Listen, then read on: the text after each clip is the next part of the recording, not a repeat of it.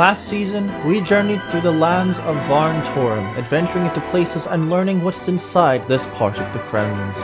Now we continue our journey through the state of Raiyuna and begin to explore the culture, the history, the beauty, and what makes this place as it is today.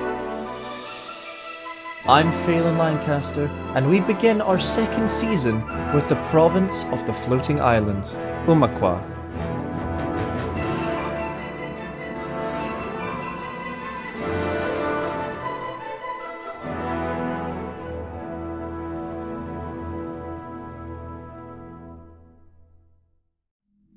Our story begins in Rathnir, as Rathniri refugees known as the Amaran, a race of sky elves known for their sometimes uncanny pursuit of knowledge and their intense national pride, travel far and wide in search of a new home. After finding their new home to settle upon, tensions between the Amaran and the native Kazati race sparked, causing the Amarans to sought the protection of their own gods.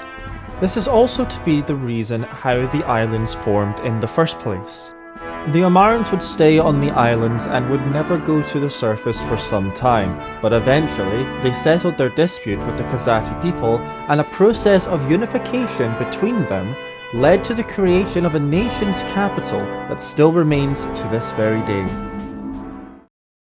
Now we move to the present day of this capital city, which has gained the largest population in all of Eldom, respected by many for its beautiful Japanese-style architecture and atmosphere.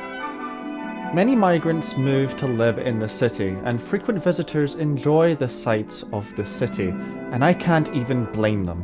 If you're either traversing on the islands or even on the surface, you both get a fine aspect of how divine this whole place really is. When I was here, I did ask myself, how did people get up and down to the islands to the surface? Then that's of course when I found out about the elevators. As we dive deeper into what lies within this city, we get to see many interesting things within this settlement. The islands tend to have more of the important things in the city. However, when we go into the surface, we can see that most of their farming and communal areas are somewhere in that area, which makes this place all the worthwhile to explore. We start at the Imperial Palace, the throne of the Emperor of Raiyuna and the heart of its imperial reign.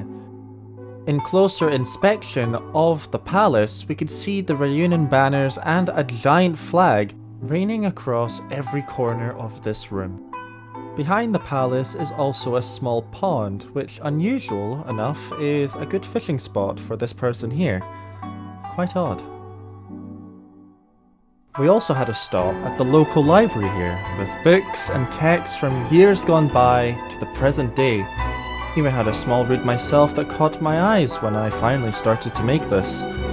Strange enough that Catgirl anatomy books are all the way over here too. Moving along, we have the public storage house, which seems to both act as a storage facility whenever it's required, but also a small line of production for some quick craftsmanship.